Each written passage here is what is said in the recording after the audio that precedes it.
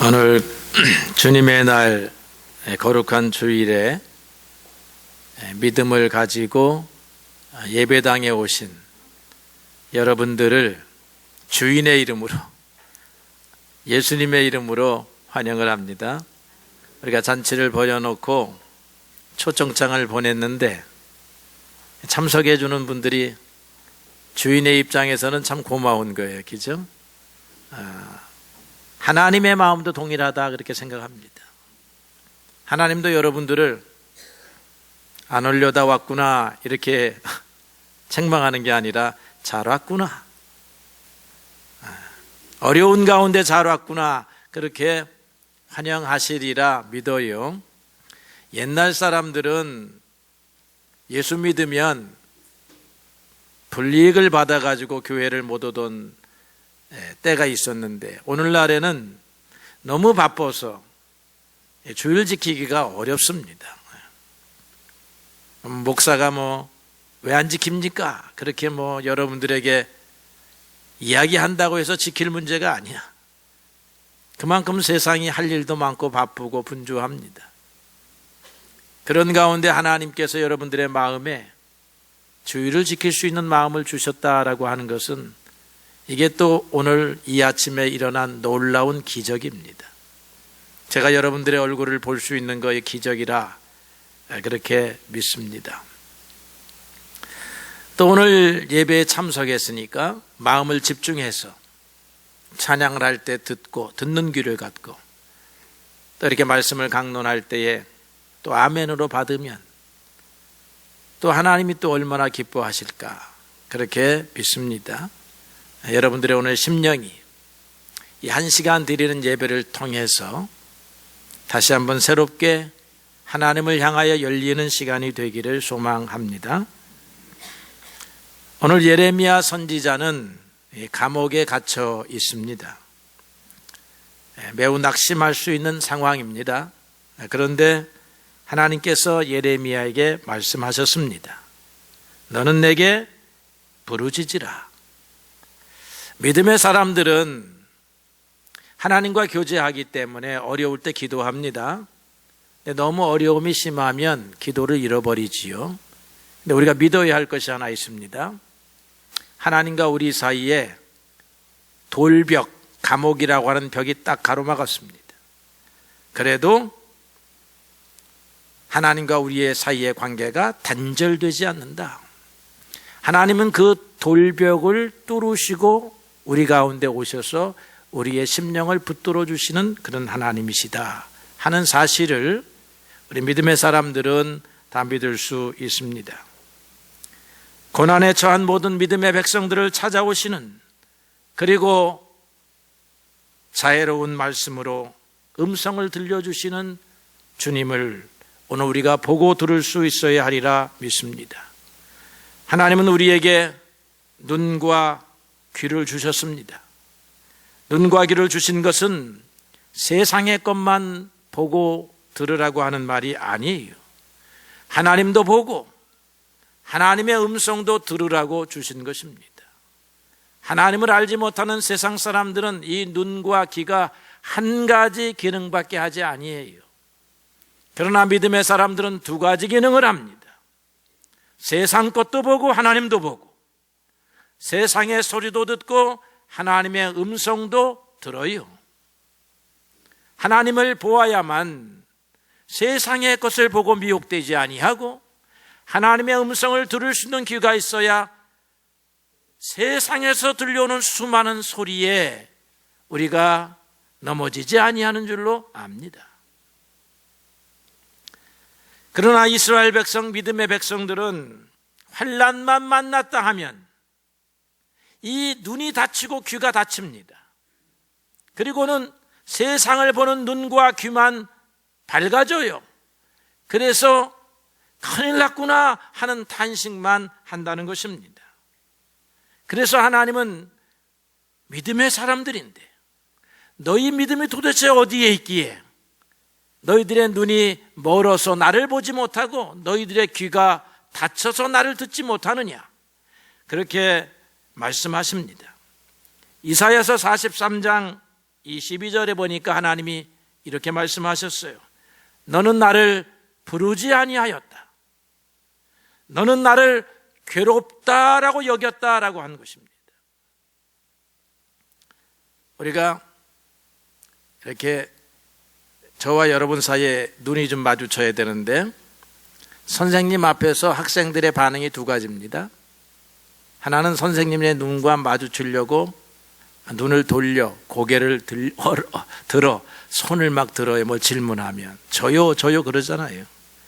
그런데 어떤 학생들은 고개를 숙여 눈을 안 마주쳐 선생님이 호명하여 지명하면 큰일이다 이렇게 생각하는 사람도 있어요. 우리가 하나님 앞에 발견되려고 하나님 여기 있어요, 저 여기 있어요 이렇게 손을 들어야 하는 사람인데, 하나님 앞에 발견될까 봐 숨는 거야. 고개를 숙이고 하나님 앞에 들키면 큰일 난다 이렇게 생각을 하고 안 마주쳐 이런 사람들이 있어요. 하나님이 그걸 지적하고 있다 이 말이죠. 너는 나를 괴로운 분이다, 괴로운 존재라고 여겼다는 거예요. 하나님을 만나면 괴롭다라고 생각했다는 것입니다. 오늘 세상 사람들은 그런 생각을 많이 해요. 교회에 가면 괴롭다, 하나님을 만나면 괴롭다라고 생각하는데, 우리는 하나님을 만나면 평안이다, 하나님을 만나면 회복이다, 하나님 앞에 빨리 우리 얼굴을 드러내야 된다 이렇게 생각하는 사람들이죠. 여러분들은 그런 분들인 줄로 그렇게 믿습니다. 환난으로 인해서 하나님께 혹 실망하신 분들이 있습니까? 어찌하여 하나님 나에게 이렇게 대우하십니까? 할 수도 있겠습니다. 그러나 하나님은 우리를 환난으로 밀어 넣으시는 분이 아니에요. 환난에서 끄집어내시는 분이란 말이죠. 하나님과의 관계, 믿음이 이래야 되는 것입니다. 하나님 앞에 나아가면 상을 주시는 분이시지, 하나님 앞에 나아가면 환난으로 들어가라 이렇게 하는 분이 아니라는 것입니다. 그러므로 환난을 당한 사람은 하나님의 이름을 불러야 합니다. 시편 50편 15절 자주 인용하는 말씀입니다. 환난 날에 나를 부르라, 내가 너를 건지리라 했습니다. 어떤 환난이든지 크고 작은 환난을 만나며 사는 인생이 하나님의 이름을 불러야 하는 줄로 압니다. 예레미야는 감옥이라고 하는 사망의 골짜기에서 기도했습니다. 성경의 인물들 다윗, 베드로, 바울 이런 사람들은 다 사망의 골짜기에 들어가 본 사람들인데, 그 사람들은 모두 하나님을 향하여 부르짖은 사람들이라고 하는 것입니다. 부르짖다라고 하는 말, 기도할 때 하나님의 이름을 부르는데, 부르짖다라고 하는 이 말은 단순하게 아뢰다 하는 말이 아니지요.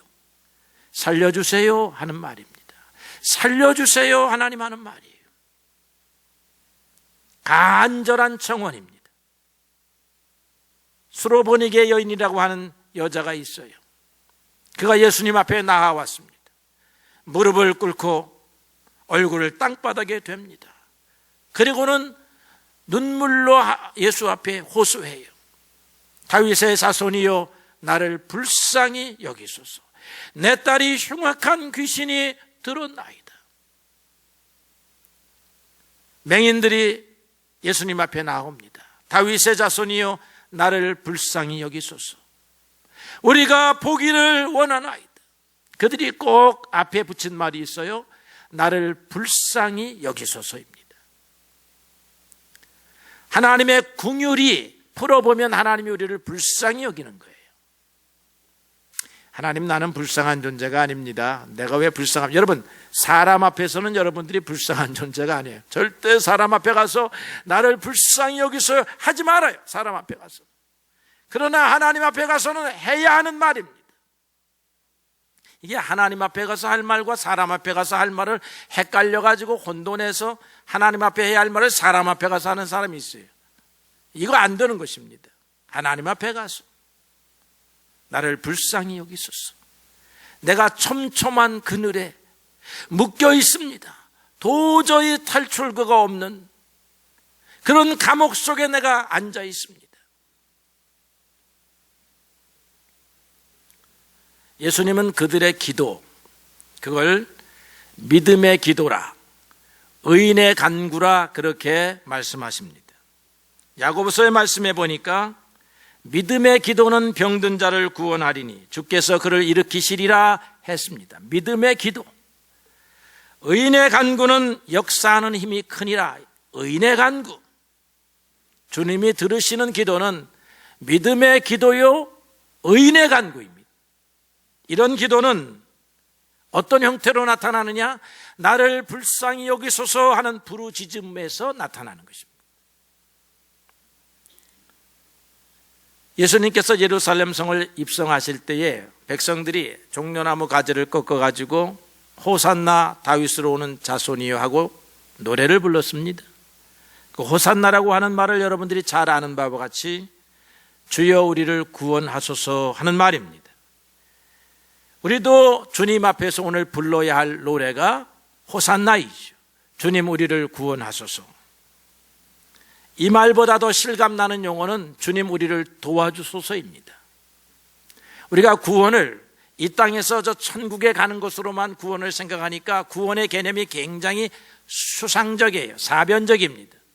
그러나 그 말을 오늘날의 용어로 바꾸면 도와주세요입니다. 굉장히 실제적인 용어예요. 실감나는 용어입니다. 그런데 이거보다도 더 간절한 용어가 주여 살려주소서입니다. 그러니까 이 호산나는 도와주소서, 살려주소서, 구원하소서 하는 모든 용어를 포함하는 거죠. 어떤 상태이냐, 어떤 감정의 차이냐일 뿐 의미는 동일한 것입니다. 하나님 없이는 안 된다라고 하는 거예요. 우리의 인생은 하나님이 없이는 안 된다. 주님은 말씀하시기를 나는 포도나무요 너희는 가지니 너희가 나를 떠나서는 절대로 열매를 맺을 수 없느니라 했습니다. 나무 본체를 떠난 가지는 저절로 열매를 맺지 아니해요. 그런 것처럼 주님을 떠난 인생은 절대로 행복의 열매, 구원의 열매를 거둘 수 없어요. 그래서 오늘 우리가 다시 한번 주님 앞에 와서 고백하는 것입니다. 주님이 돕지 아니하시면 나는 세워지지 않습니다. 주님이 돕지 아니하시면 나는 일어설 수 없습니다 라고 고백하는 것이죠. 그게 오늘 우리가 주님 앞에 드려야 할 최초의 기도라 그렇게 믿습니다. 하나님의 약속에 주목을 해보십시오. 하나님은 오늘 3절 전반절에 내가 내게 응답하겠고 했습니다. 하나님은 기도에 응답하신다는 것입니다. 예레미야에게 나타나신 하나님은 어떤 하나님이시냐? 2절 전반절에 보니까 이를 행하시는 여호와, 그것을 만들어 성취하시는 여호와라 했습니다. 하나님은 일을 하시는 하나님이시다 하는 것입니다. 하나님은 어떤 일을 하십니까? 하나님은 천지와 만물을 창조하셨습니다. 그 천지와 만물을 보존하고 유지하십니다. 그걸 하나님의 섭리라고 해요. 하나님 때문에 오늘 태양이 동쪽에서 떠서 서쪽으로 지는 것입니다. 밤이면 별이 나타나는 것 하나님이 하시는 일이죠. 그러나 하나님에게 있어서 제일로 중요한 것, 당신의 구원의 백성을 쳐다보고 그를 돕는 일이 제일로 중요한 거예요. 여러분, 부모에게 제일 중요한 일이 무엇입니까? 사업하는 일입니까? 친구 만나는 일입니까? 자식을 돌보는 일 아니에요. 왜 우리가 돈 벌러 갑니까? 내 자식 때문에 가는 거예요. 내 자녀를 살리려고, 내 자녀를 먹이려고 우리는 수많은 일들을 합니다. 목적은 내 자녀예요. 그것처럼 하나님의 관심은 당신의 자녀에게 있는 것입니다. 여러분들은 하나님의 자녀입니다. 그래서 하나님은 여러분들을 위하여 일하시는데, 성경은 말하기를 어떻게 일하시느냐 하면 오늘 마치 인간처럼 열심히 일하신다 그렇게 말씀했어요. 히스기야 임금 시절에 아수르가 쳐들어옵니다. 그런데 군사력을 비교해 보니까 이스라엘은 당장 가서 손을 들고 항복해야 합니다. 그러니까 히스기야가 항복하기 전에 이사야 선지자에 가서 하나님께 기도합니다. 묻습니다. 이사야가 대답을 해줍니다. 아수르 왕이 이 예루살렘 성에 도착하지 못할 것이다. 그 아수르 왕이 화살 한 발도 쏘지 못할 것이다. 그는 갑자기 놀라서 되돌아갈 것이다. 되돌아간 그 나라에서 그는 죽을 것이다. 그렇게 하나님이 말씀을 하신단 말이에요. 그러니까 히스기야가 어떻게 해요? 지금 당장 항복하라고 권유가 왔고, 오늘 항복에 나가서 무릎을 꿇고 머리를 숙이지 아니하면 군사력을 동원해서 성문을 징적하겠다고 하는데 어떻게 이런 일이 일어날 것입니까? 라고 물을 때에 이사야가 답하기를 여호와의 열심이 이 일을 이룰 것이다 그랬습니다. 여호와의 열심이, 당신의 백성을 보호하시고자 하는 여호와의 열심이. 사도 바울은 이 하나님의 열심을 알았기 때문에 고린도 교회 성도들에게 이렇게 말합니다. 내가 하나님의 열심으로 일하노라. 하나님의 열심으로 너희를 위하여 열심을 내노라 그랬습니다. 오늘 믿음의 사람들이 괜히 열심 내는 게 아니에요. 하나님의 열심이 우리에게 오기 때문에 하는 줄로 압니다. 하나님의 약속을 보니까 내가 알지 못하는 크고 은밀한 일이라 그렇게 말씀했습니다. 하나님의 구원의 방식, 어떻게 우리를 구원하시느냐, 우리가 짐작하지 못해요. 그저 놀랄 뿐입니다. 히스기야가 어떻게 저 군사가 화살 한 발을 쏘지 못한단 말입니까? 못했다 이 말이에요. 요셉을 보니까요, 이 왕의 술 맡은 관원장의 꿈을 풀어주고 그가 이제 손을 잡고 이제 스토리를 꾸며보면, 성경에 없는 얘기지만 성경은 다 쓸 수가 없어요. 고맙다 요셉아, 정말로 고마워. 네 말대로 되었구나. 내가 지금 옷을 입고 걸어 나간다. 내가 이제 왕궁에 가면 너 반드시 기억할 거야. 너 한 사람 건져내는 거 어려운 일 아니지. 기다려라. 요셉은 어르신 감사합니다. 기다리겠습니다. 꼭 좀 날 좀 풀어주십시오. 뭐 이렇게 하고 나갔는데 2년 동안 아무런 소식이 없었다는 것입니다. 요셉은 오늘 우리식으로 말하면 에이, 은혜도 모르는 인생이로구나. 또는 이제 하나님을 향하여 하나님이 어찌하여 이러십니까? 이렇게 했을 것인데 하나님이요, 갑자기 옥문이 열리고 옥사장들이 가서 고개를 숙이고 왕의 특사가 오고 왕이 요셉이 어디 있느냐, 요셉을 찾아가지고 좋은 가마에다 요셉을 앉혀가지고 데리고 갑니다. 왕 앞에 직접 불렀습니다. 하나님이 왕 앞에 직접 나가겠다 이 말이에요. 생각하지 못한 방식으로 하나님이 요셉을 건지시고 구원하시더라 이 말이죠. 베드로가 옥에 갇혔는데요, 온 교회가 기도를 했습니다. 하나님, 우리 베드로 사도를 건져주셔야 됩니다라고 기도를 해요. 그들은 하나님이 베드로를 건져줄 것을 의심치 않았습니다. 믿음이 좋았단 말이에요. 그런데 하나님이 어떻게 베드로를 건지시냐면 눈에 보이지 아니하는 천사를 파송하셨어요. 그래서 베드로의 옆구리를 쳤습니다. 베드로가 눈을 떴습니다. 눈을 떠서 보니까 손과 발에 묶였던 수갑 착고가 다 풀어져 있습니다. 그리고는 뭔가 뒤에서 밀어냅니다. 그래서 앞으로 나가려고 하니까 파수꾼들은 다 졸고 있습니다. 문은 저절로 자동문처럼 열립니다. 베드로가 너무나 놀래가지고 사도행전에 기록하기를 꿈이냐 생시냐 내가 환상을 보는가 하는도다, 그렇게 기록했어요. 믿을 수가 없는 거예요. 하나님이 그를 돕는 방법을 믿을 수가 없어요. 그래가지고 가서 또 성도들이 있는 곳에서 문을 두드립니다. 베드로가 왔다고 하니까 성도들도 안 믿습니다. 하나님이 도와주실 것은 믿었는데 그렇게 도와주실 것이라고는 믿을 수 없었던 것입니다. 하나님의 도움은 기이합니다. 하나님이 우리를 도우시는 방법은 참으로 놀라운 것입니다. 오늘 우리가 찬송가 22장 만유의 주 앞에 찬양을 불렀어요. 2절에 만유의 주 앞에 2절에 이렇게 썼습니다. 영원한 그 나라 주 다스리시니 생명의 열쇠는 주님의 것이라. 여러분, 생명의 열쇠는 옥사장의 허리춤에 있는 열쇠가 아니고 주님이 갖고 계신다는 거예요. 옥사장의 마음을 감동시킬 필요가 없습니다. 주님은 열쇠가 필요 없이 문이 저절로 열리게 하시는 분이시라 하는 것입니다.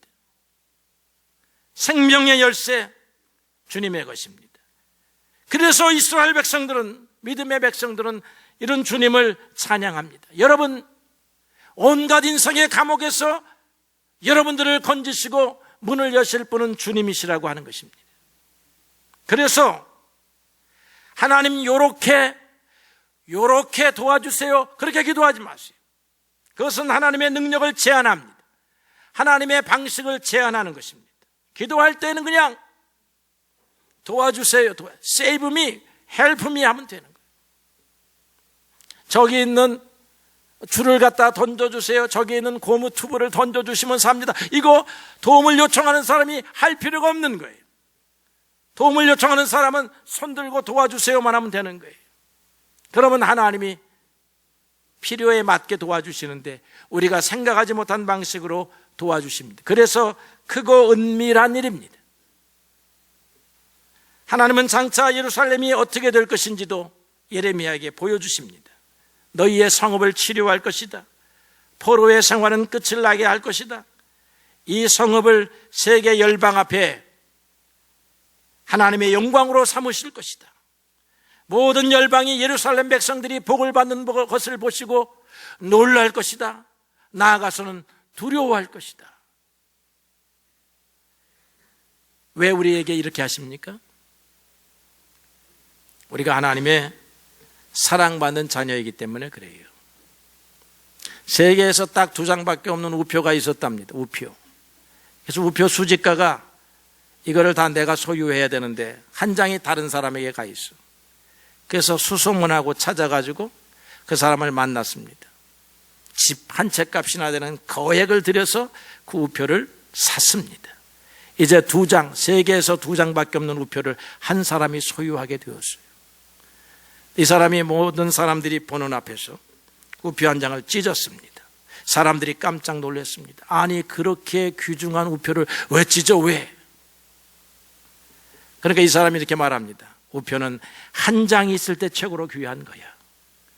2장이 있으면 귀한 것이 반감되는 거야. 이해가 되십니까? 그러면서 이런 교훈을 받습니다. 우리가 종이로 만든 우표도 세상에서 한 장밖에 없으면 값으로 측량할 수 없는 천문학적 금액으로 팔리는데, 오늘 하나님의 자녀 한 사람 한 사람은 세상에서 한 명밖에 존재하지 않는 인물입니다. 여러분들은 세상에서 한 명밖에 존재하지 아니에요. 하나이기 때문에 귀해. 인류 70억 인구 중에 여러분은 하나밖에 없는 존재예요. 값이 비싸요.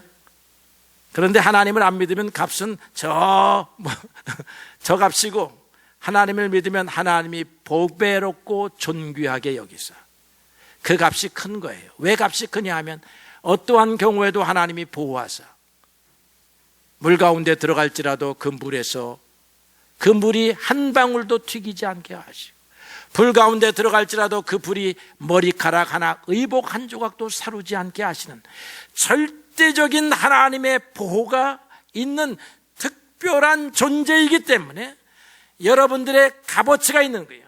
하나님이 여러분들을 주목하시기 때문에. 왜 주목하시느냐?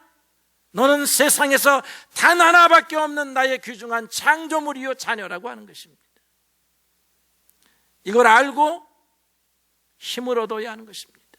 이걸 알고 세상을 맞서야 하는 거예요. 이거를 알아야 내 뒤에 전능하신 하나님이 뒤에 계시는 것을 믿고 앞으로 나아갈 수 있는 줄로 믿습니다. 그런데 오늘 많은 크리스찬들이 기도하지 않아요. 이런 마음으로 기도하지 않습니다. 부르짖는 마음으로 기도하지 않아요. 어떻게 기도합니까? 기도하면 바리새인처럼 기도하는데 성경에 이렇게 말했습니다. 마태복음 6장 5절에 예수님이 말씀하시기를 너희는 기도할 때에 외식하는 자와 같이 하지 말라.